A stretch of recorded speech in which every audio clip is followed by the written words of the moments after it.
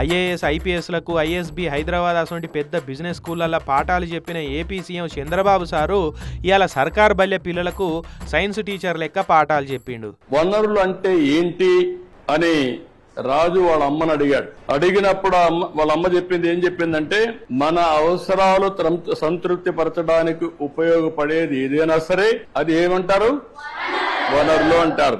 వనరులు అంటే ఏంది, వాటిని మనం ఎట్లా వాడుకోవాలి అన్న దాని మీద సార్ మంచిగా పాఠం చెప్తుంటే లోకేష్ అన్న చూడురి ఫస్ట్ బెంచీలనే పిల్లగాళ్ళ పక్క పొంటి కూర్చొని పిల్లగాళ్ళనే కలిసిపోయి ఎంత మంచిగా వింటున్నాడు. అనేక వనరులు మీరు గమనించవచ్చు. తాగినప్పుడు దాహం వేసింది, ఏం చేస్తారు మీరు, వాటర్ తాగుతారు. తాగినప్పుడు దాన్ని ఏమంటారు,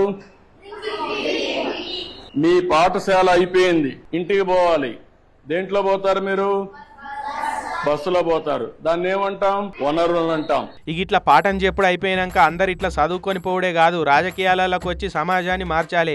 లోకేష్ కూడా గట్లనే చదువుకొని వచ్చి ఇలా బల్లల్లా ఇట్లా ఆలతు మార్చిండు.